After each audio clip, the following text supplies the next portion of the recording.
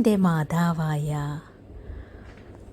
ആദിപരാശക്തിയായ അമ്മയെ ഒക്ടോബർ 3-ാം തീയതി നവരാത്രിയുടെ ആദ്യ ദിവസം അമ്മയെ ശൈലപുത്രിയായിട്ടാണ് ആരാധിക്കേണ്ടത്.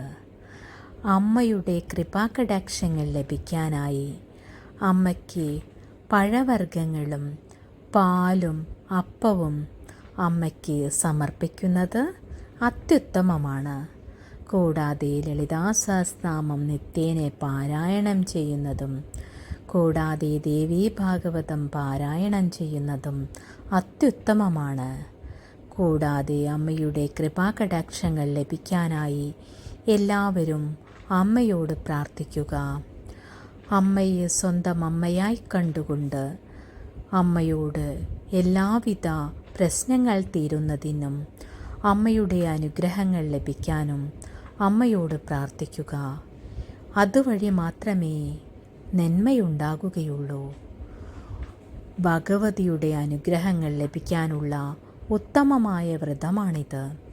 അതുകൊണ്ട് തന്നെ എല്ലാവരും അമ്മയുടെ അനുഗ്രഹങ്ങൾ ലഭിക്കാനായി ഈ നവരാത്രി വ്രതമായി ആചരിച്ചുകൊണ്ട് അമ്മയുടെ കൃപാകടാക്ഷങ്ങൾക്കായി പ്രാർത്ഥിക്കുക.